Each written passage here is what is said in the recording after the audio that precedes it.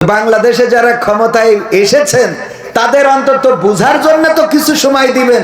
এর মধ্যে হঠাৎ করেই বলে অমুক কেন তমুক কেন। হ্যাঁ, কিছু কথা বলতেই পারেন।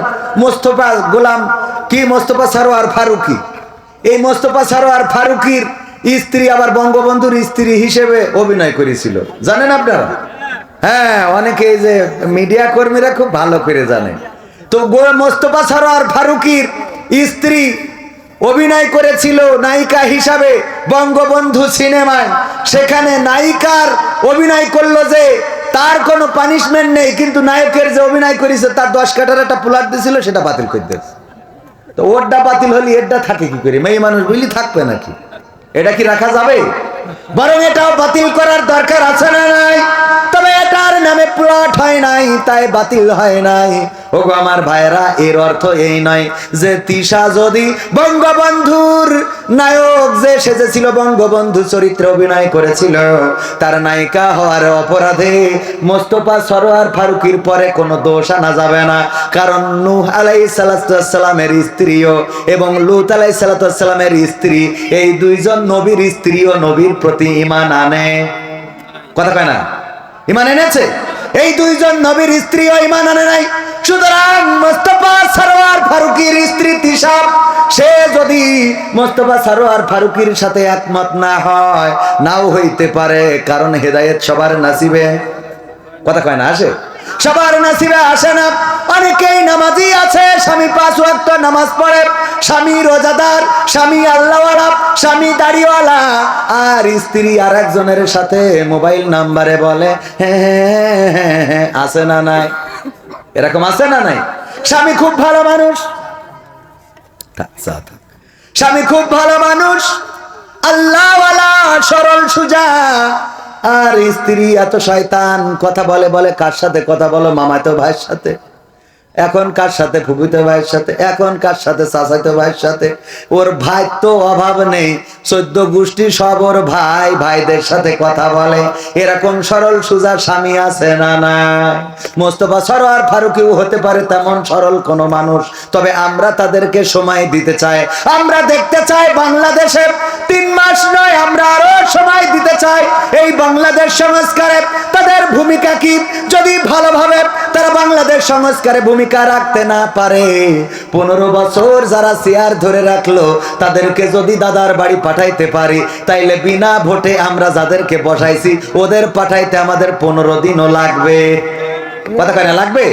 15টা বছর ধরে যাই চেয়ারটা ধরে আছে, তাদের পুলিশ, তাদের র্যাব, তাদের ডিবি, তাদের বিজিবি, তাদের এনএসআই, তাদের বিএসএফ, তাদের বিদেশি সংস্থা, তাদের সব কিছু। আর আমার দেশের ছোট ছোট বাচ্চা শিশুরা, যাদের হাতে অস্ত্র নাই, যাদের হাতে বোমা নাই, যাদের হাতে গুলি নাই, যাদের হাতে ছুরি নাই, যাদের হাতে দা নাই, যাদের হাতে কাস্তে নাই, খালি হাতে রাজপথে নামলো, এক দফায় এক দাবি, স্বৈরাচার কবে যাবি? এই আন্দোলনে আমার দিদি চলে গেল দাদার দেশে। যদি 15টা বছর ধরে এত কিছু সব রেডি করার পরেও বাংলাদেশে থাকার সাহস না পায়, তাইলে আজকের যারা উপদেষ্টা, আজকের যারা তত্ত্বাবধায়ক সরকারের উপদেষ্টা এবং প্রধান উপদেষ্টা সহ যারা আছে, তারা যদি বাংলাদেশে ভুল করে, আল্লাহর কসম করে বলি তাদের তাড়ানোর জন্য 3 দিনও লাগবে না। কয়দিনও লাগবে না? 3 দিনও লাগবে না। সুতরাং ছাত্ররা যারা আন্দোলন করে, ওরা কিসের ছাত্র এটা জানার দরকার। এখন পত্রিকায় আসে ছাত্ররা এটার বিরুদ্ধে আন্দোলন করছে, ওটার বিরুদ্ধে আন্দোলন করছে, কিন্তু মাথায় রাখতে হবে ওরা কি বৈষম্য বিরোধী দলের ছাত্র, নাকি ওরা শিবিরের ছাত্র, নাকি ওরা লীগের ছাত্র, নাকি ওরা দলের ছাত্র, এটা দেখার দরকার আছে না না? আবার অনেকেই আছে ছাত্র ও না, ছাত্র ও না রে, তারপরে রাজপথে দাঁড়ায় আন্দোলন করে ছাত্র সেই যে, এমন আল্লাহর ওলি আছে না না? কথা কয় না, আছে না নাই? বাজারে এসে কালেকশন করে। কোথা থেকে এসেছেন? কুলুকুলু গ্রাম থেকে এসেছি। হ্যাঁ, এটা গ্রামের নাম বলে। ওখানে একটা মাদ্রাসা আছে, দান করেন কিছু। যদি বলা হয় ওই মাদ্রাসায় যাব, কয় যাবেন? দিয়া লাগবে না আপনার। এরকম আছে না নাই? মেয়ে বিয়ে দেবে, সাহায্যের জন্য আসে, মেয়ে বিয়ে দিতে পারছি না।